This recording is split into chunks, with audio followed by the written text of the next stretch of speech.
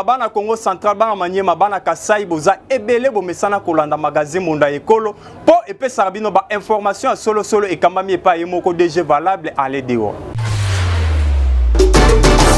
Tofungola édition mokola lelo pona koyeb Sabino que chef de l'État Félix Tshisekedi a annoncé livraison ya première infrastructure ya programme ya 145 territoires na mois de juillet tolanda élément oyo. Mwana mboka Congo yeba que chef de l'État Tshisekedi Tshilombo alobaki na butu ya jeudi na vendredi na ba Congolais na occasion ya célébration ya 73e anniversaire l'Ipanda RDC. Ya mingi abeti saki monda pour le programme de développement ya 145 territoires alobike 3 agences ya exécution ya programme ba ko livrer na mois de juillet ba infrastructure socio-économique ya développement des bases locaux là ba centre de santé ba école primaire pe bâtiment administratif. Programme de développement local tout peut perdre dans Mukusi à 145 territoires. Eko Kitsana Lombango, souffrance CP, na makamo misusu pe, eko favoriser conditions de vie à Malambu, la population rurale, pe de milieu urbain. Et ça grand projet, y a investisseur public, y a Makasi, y a montant total, y a 1,6 milliard de dollars. Oyo Ekosunga, 145 territoires ya Moka, et Kabwami, la 26 provinces. Pour la Félix Tshisekedi, programme Oyo Elengi Kolongola, 25 millions, y a ba Congolais la pauvreté. Boye Bake, pour la mise en œuvre nango, 3 agences SND et Zala qui retenu lokola, programme des Nations Unies pour le développement puni dans Mokuse, bureau central de coordination BCCO dans Mokusepe, cellule d'exécution de financement en faveur des États fragiles et topés, CFEF na Mokuse. Awa biso bonda ekolo to pesi déjà esenga ko ba question qui programme oyo ekomi vraiment matérialisé et sengeli ba Congolais ba se retrouver kitoko yango to betisi kambonda. Esengeli koyeba été chef de l'État Félix Tshisekedi a sepeli na montée ya puissance ya FARDC pe akebisi banguni ya République démocratique du Congo to landa ilema oyo.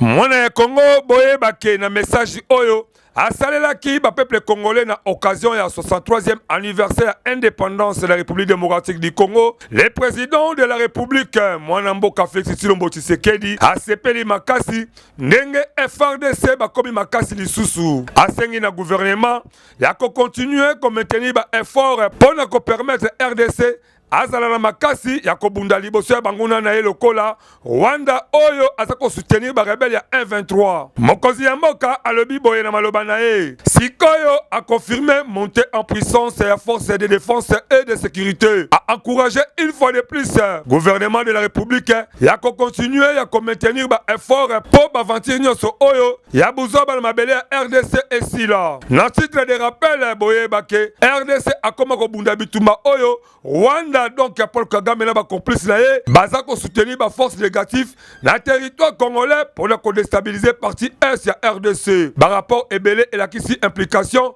ya Rwanda na guerre oyo yango biso to betisi kambonda pe to sais vraiment FRDC asala musala kitoko po FRDC ayebana déjà aza eloko ya makasi yango bakisi lisuko beta monda kitoko. Martin Fayulu président a décidé à Salaki message il y a 63e anniversaire de l'indépendance de la République démocratique du Congo pe à lobby circuit électoral et a tribalisé to landa élément ya ALDO. Mwana Congo boye bake kaka na occasion ya célébration ya 63e anniversaire indépendance de la République démocratique du Congo. Martin Fayulu leader a décidé à sali inventaire ya bilan ya près de 5 ans depuis élection en 2018. Azako qualifié Rekil Makasi, la République démocratique du Congo sur le plan de sécurité économique et sociale, et liberté fondamentale sur le plan de gouvernance, la politique et la diplomatie. Azako dénoncé que la structure nyoso oyo ezako intervenir dans le processus électoral, Azako qualifié yango tribal pe ezako sala pour pouvoir en place elonga ba élection ya 2023. Abengi na ba Congolais ya kosenga ba élection ya malamu donc transparente, impartiale, inclusif et apaisé oyo esengeli ezala organisé sur base ya fichier électoral ya malamu audité na organisme moko indépendant la présence ya ba délégué na bango pona ko luka nyonso eleka kitoko. Les 4 opposants discutent qui na mwana mboka Denis Kadima le 30 juin balakisaki ye ba problème nyonso oyo bango baza koboya lokola loi portant organisation et fonctionnement à CENI, composition des membres à CENI, loi électorale et faiblesse nango. Ba point oyo, ezako kabola bango na loi wana pe ya fichier électoral. Nasuka masolo, Martin Fayulu aloba ki na kombo ya baninga na opposition alobi ke bayokani pona kolakisa ba liste ya ba électeur, mais question etikali kaka ya suspense eza ya audit externe ya fichier électoral. Mais bango cadre balobi ke lisolo ya fichier électoral ekoki jamais kozala à côté po processus ya ba élection et ça les maka sur base ya confiance yango biso tobetisi kambonda po tolingi lisolo oyo eleka kitoko avec impact na idéologie. Pona ko comme journaliste professionnel koye ko la caméra to koye ko la montage vidéo, centre de formation c'est promis ezala pona ko sunga binoto landa élément oyo. Voulez-vous apprendre et devenir journaliste? Les centres de formation médias indépendants procèdent au recrutement des nouveaux candidats pour une nouvelle session. Que vous soyez diplômé d'État, homme de Dieu, docteur ou que vous soyez, les centres de formation médias indépendants met à votre disposition les filières ci-après. Les journalistes, la prise de vue,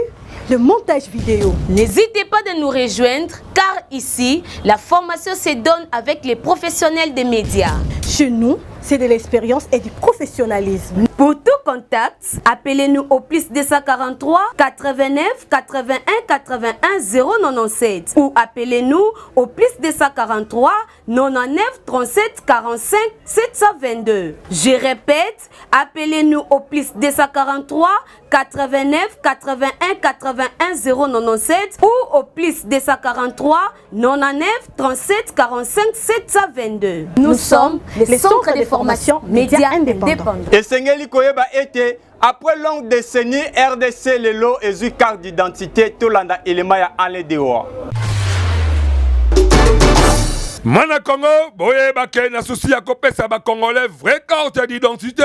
Les chefs de l'État Félix Tshilombo Tshisekedi a pesi na ONUP ba moyen ya politique na ye pona ko komi sa volonté na ye réalité. Oh yo ba Congolais ba c'est là depuis 1984. Nyonso esalemaki epa ya vice-premier ministre de l'Intérieur et sécurité la qualité autorité ya masolo wana a lancé opération wana ya kopé sa première carte d'identité nationale la président de la République Félix Tshilombo Tshisekedi. Yango pe e matérialisé mutualisation ya ba opération d'enrôlement d'identification père recensement de population c'est leur programme d'action ya Mokonzi ya 2021-2023 et pesa qui est 5 ans na Onipe Kutu na nzela ya directeur général na bango adjoint intérim apesi ba remerciement mingi et pas ya Fachi Béton ndenge vision na e comme ya solo na action gouvernement Sama Lukonde oyo eza exécuté na VPM ya intérieur et sécurité mwana mboka Peter Kazali Kakonde atalisi ba avantage oyo eza la opération ya kopesa ba carte d'identité nationale na mboka asengi na ba congolais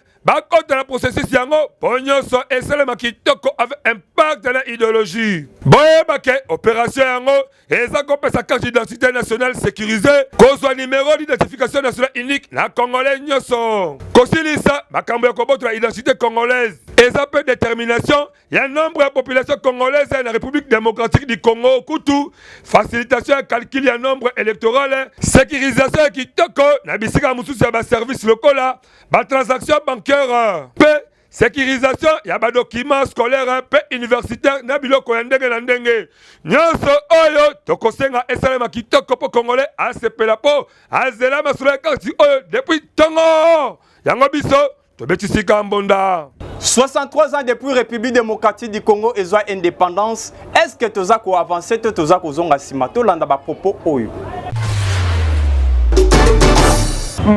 Juste effectivement, au Moni, depuis 1960, ti lelo, en tout cas, on a vu ces zonga sima. Pour ce total, vie actuelle, na vie antérieure. Par rapport à l'histoire de Mboka, Mboka est zonga sima. Tozongi sima, to reculer penza makasi. Toki totali au moins Mobutu en 1960, 1965,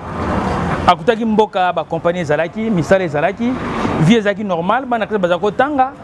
ba activité ezaki vraiment normal. Tangu ya yé akuti Mboka na niveau wana, azwi Mboka eloko oyo biso to monaki mabe oyo asalaki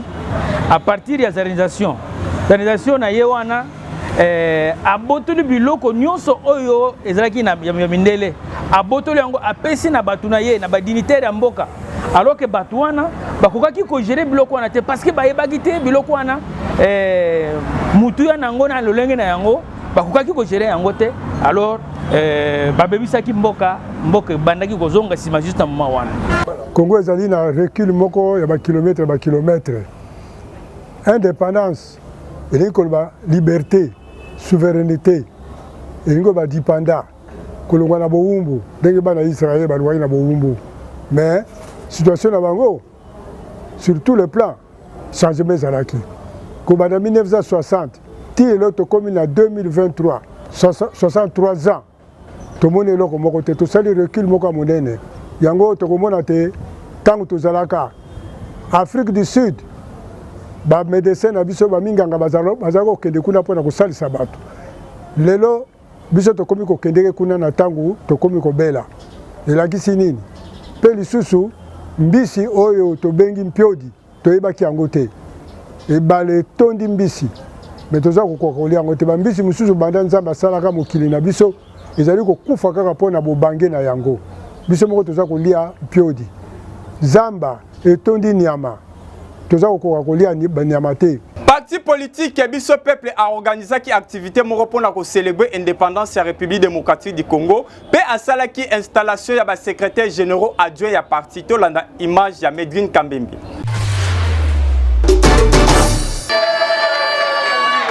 Na cadre ya ko célébrer 63 ans ya indépendance ya République démocratique du Congo, parti politique biso peuple elongo na ba autorité ba cadre pe ba militant na ye bango pe ba célébrer ki yango na siège national ya parti na commune ya Kitambo na Kinshasa. Na occasion yango Madame Sandrine Kaseka oyo azali présidente nationale ya biso peuple ye asalaki installation officielle ya ba secrétaire généraux adjoint ya parti payé à Salaki Lisusu présentation et regroupement politique IDPS Kibasa et alliés parce que désormais parti politique Biso Peuple est commis membre et regroupement Yango. Quelques autorités à regroupement politique IDPS Kibasa et alliés bango pe bazalaki sur place bayaki ko participer na cérémonie yango. Apesaki drapeau ya regroupement IDPS Kibasa et pas ya présidente nationale ya Biso Peuple Sandrine Kaseka loko la symbole ya adhésion officielle ya parti politique Biso Peuple na kati ya regroupement oyo. Loko la cérémonie yango elekaki kitoko avec un partenaire idéologie Boyo Kandenge secrétaire général ya parti Biso Peuple Maître Pitulu Koussa na ba secrétaire généraux adjoint Mwana Mboka Cédric Belio na Obed Bwani ndenge bango babetisaki mbonda liboso ya caméra ya magazine Bonda Ekolo. Mokolo ya lelo eza mokolo munene oyo Biso Peuple tokanisaki ke tokoki ko fêter indépendance na biso 63 ans ya indépendance na biso moko te tolingai tosala yango elongo na bandeko nyonso ya Lingomba na ba invité oyo bayaki ko accompagner biso. Objectif ezalaki nini? Ezalaki kosala mwa bilan moke po batu bayeba to uti wapi to komi wapi tozali kokende wapi na likambo oyo ya indépendance na biso depuis 63 ans. Est-ce que toko fêter sans kokanisa place to uti? Loko ya liboso lelo Biso Peuple alakisi ba secrétaire généraux adjoint ya Sika. Eloko ya mibale Biso Peuple a annoncé que akoti na lisanga monene ya politique komo na yango ibasa IDPS Kibasa pe allié. Eloko ya misato tozali kokanisa mokolo ya indépendance ya lipanda mboka na biso enyokamaki mingi touti na bapasi touti na colonisation ya mondele mokolo tozwaki indépendance po tokoma kosoto organiser kosoto gérer yango mokolo na tosangani mpona kokanisa mokolo wana na esengo mingi. Message à liboso ezali ya remerciement. Il y a remerciement na présidente nationale Mwana Mboka Sandrine Kaseka pour la confiance au apesi na biso pour na koyeba na kokamba to pe kosunga ye na musala pe ya mibale ezali ko rassurer bamambo nyonso ya biso peuple bana mboka ete tozwi musala oyo mpe tozali conscient na responsabilité mpe battente ya parti. Na titre ya rappel esengeli boyeba que de 1960 à 2023 jour pour jour République démocratique du Congo ekokisi 63 ans depuis tozwa indépendance ya mboka na biso. Na yango tokosenga kaka na bana Congo esengeli na bino bozala toujours au bon côté de l'histoire pour que mboka na biso ekende liboso. Yango biso awa to betisi kambonda. Koto esengote. Na nazomona maboko la binota. Célestin Kolungu Mukendi, membre ya INCP, leader ya Kimbanseke ya Tongo, asala ki mo bange na marche de santé le 30 juin, pe a sensibiliser ki ba jeune ya base na yetola na élément ya Alain Dewa. Eindaki mokolo ya vendredi 30 juin na commune ya Ntsele botu nanga nini mwana mboka Celeste Kolongo Mukendi mwana Kimbanseke ya Tongo oyo azali moko ya ba leader ya parti politique INC ya Vital Kamerhe asalisaki marche de santé elongo na base na ye inde kobanda bibwa Tikinkole tango bakomaki na destination Celeste Kolongo asololaki na ba jeune pona kotalisa bango importance ya date ya le 30 juin pe encourageaki bango basala makambo ya malamu pe batika kosala makambo ya mabe parce que jeunesse eza avenir ya lobby tellement que activité yango esalamaki kitoko pe esepelisaki ba participants boyoka bango ndenge babetisaki mbonda liboso ya caméra na biso pona ngala lobby lelo eza mkomunene le 30 juin oh papa Celeste Kolongo asali pona biso to sepeli makasi aza mwana muke me makambo azosala eza minene mingi nzamba sunga yake nde liboso makambo nyonso eleka bien na kombo na Yesu. Elo na loba kaka vraiment on a moni elakisi kaotika l'internement donc candidat biso ezaka ye tuki Mbanseke en tout cas jour alipanda mukoto zwaki lipande eza lelo mais amemi biso na Kinkole toye to fete to lie to meli ya boezalate ye moko mwana mboka Celeste Kolongo vraiment na Kimbanseke ya solo asepelaki na marche yango boyoka ye pendenge abetisaki mbonda le 30 juin ezali date oyo obiso ba véritable ba citoyen congolais oyo tozwaki indépendance tolungwaki na kati ya bowumbu na kati ya maboko ya ba flamand oyo tobengaki ba belge yango nde tosengaki toya ko célébrer na yango esengeli toyeba que Celeste Kolongo ye azali grand leader pe mwana Kimbanseke ya Tongo yango bana Kimbanseke nyonso basalaka ye confiance parce que ye aza penza ya bango yango biso awa to beteli kambonda pou parce que ye aza vrai leader. Ozana activité politique, conférence, mariage, topé ba activité mosusu, ben sambonda école agence pour na ba reportage ya solo to landa élément oyo.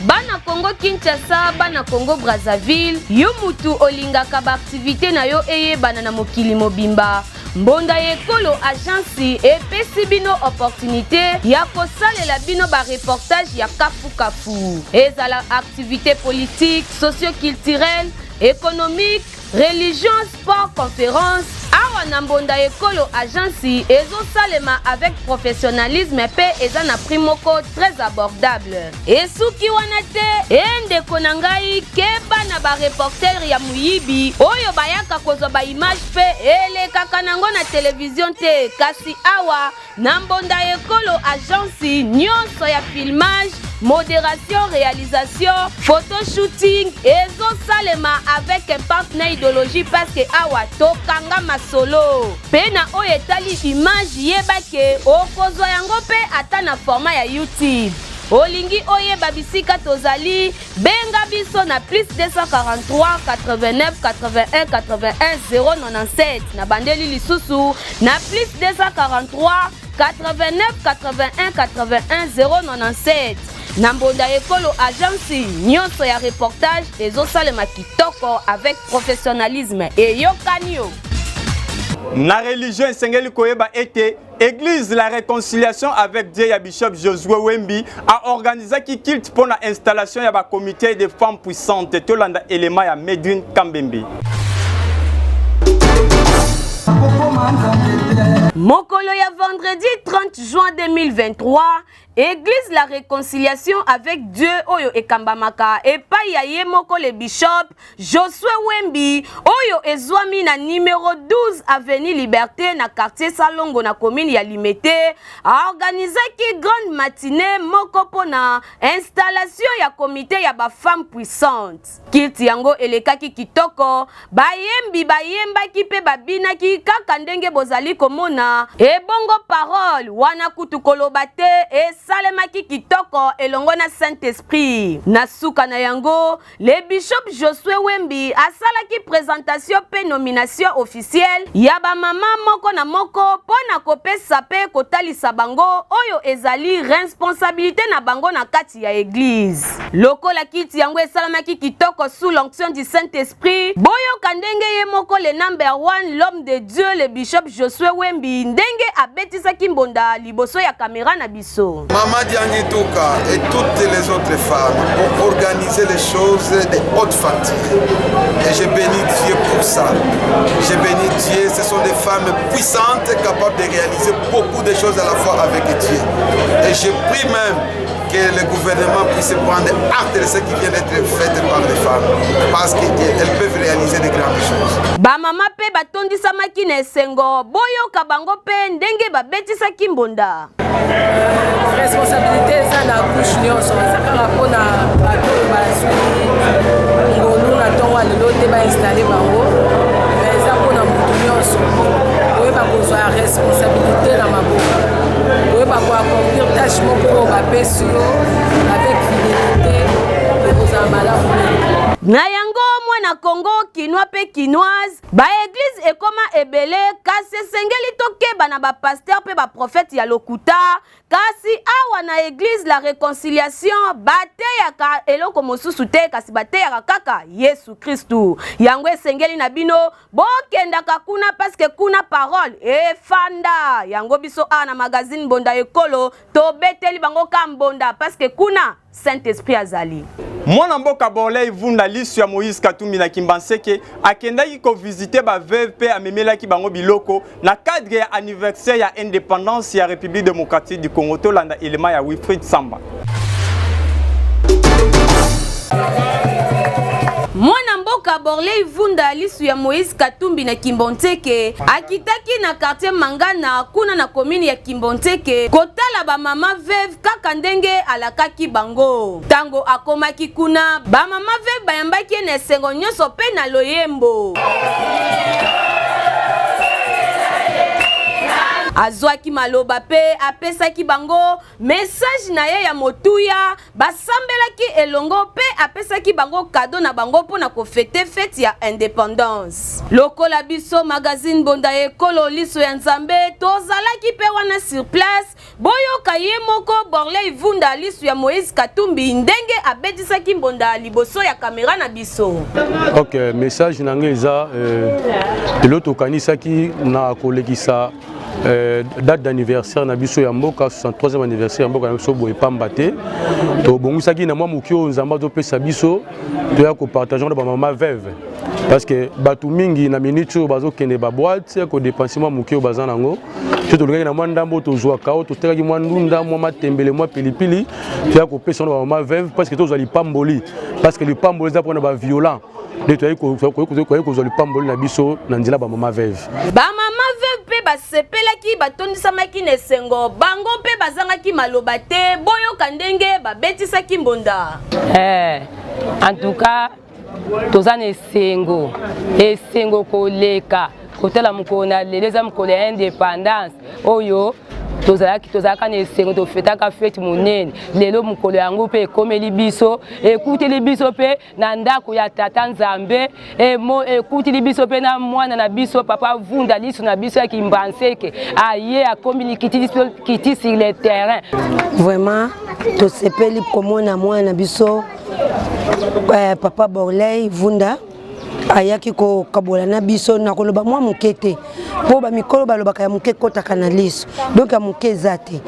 alors o ya saleli biso na mukolo lelo komona basaki ya loso saki basaki ya mungwa bakarto tomate to satandaki na ngote en tout cas tozui ba tricot banini donc nzambe amona yake na liboso boyende ezalaka mwana Kongo esengeli na biso to ambwate bapa ya mwana mboka Borley Vunda lisu ya Moïse Katumbi olie ya kokende kolona na esika ya mabe bilanga ya malamu ya kolona yango yo ba mama veve batondisa maki na esengo parce que Borley Vunda asepelisaki bango yango biso ana magazine Mbonda Ekolo to beteli kaka mbonda parce que musala na ye eza kitoko oyebi ke ozalaka leader ya solo solo. C'est lié au la vision na yo eza magazine Mbonda Ekolo tolanda.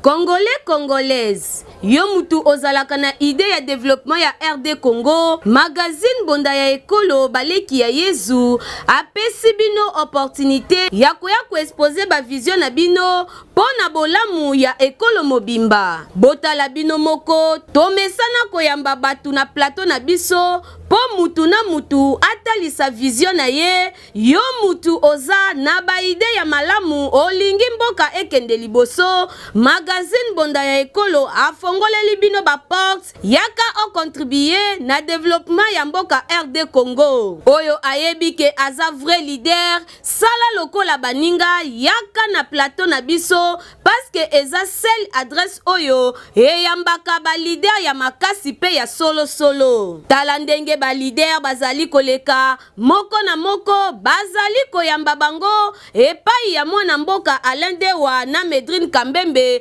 avec un partenaire idéologie to abordaka basi nyonso lokola politique économique socio-culturel religion pena basije mosusu oyo ezo contribuer na développement ya mboka na biso bazomona pe o bazana makanisi kimutema mabete batu mususu kala kimutema mabe ya longwanga na yawana mais bato bazana miso baomona Congo ezokena ndenge mususu ele na limité na mumbele un peu partout donc nazo continuer lisusu nasuki wana te to se sentir à l'aise na kati ya changu na biso.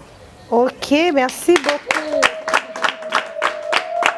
Ndenge kaka bozali komona bango pe bazali ba leader oyo bandimi ko participer na développement ya ba quartier commune pour que mboka ekende liboso na bino pe ba leader oyo boza kolanda biso bolinga ka développement ya quartier ya commune to pe ya RD Congo mobimba bobenga biso na numéro oyo eza affiché na bas d'écran na bino toko yamba bino pendant 30 minutes sans débat avec un partenaire idéologie pour que bo exposer ba vision na bino liboso ya population pe aye babino yango biso ana magazine Mbonda Ekolo to bengi ba leader ya solo pe to beteli bango kambonda caricature ya mokola lelo Jesse Diemba ko kontiritiri abeti li solo ni tolanda Kinshasa etona makambo Kinshasa ko kamwa poko tambola okomona surtout likamba santé moto sozi mbongo na ya bia sasi dispensaire okomona ka porte moko to deux portes mais yoka ebela ba service bono mo botala tata oyo honorable ba mesela ko benga honorable po arata ba mandani surtout bimaka na ete atikaka na kasha comme honorable monzo te dérange qui est ce que les soins médicaux a comme na dispensaire oyo tata mandu ni na coin a mon porte moko to deux portes kasi yoka ebela ba service no boyo kandi honorable kamwe pas vrai ça pas normal avec des portes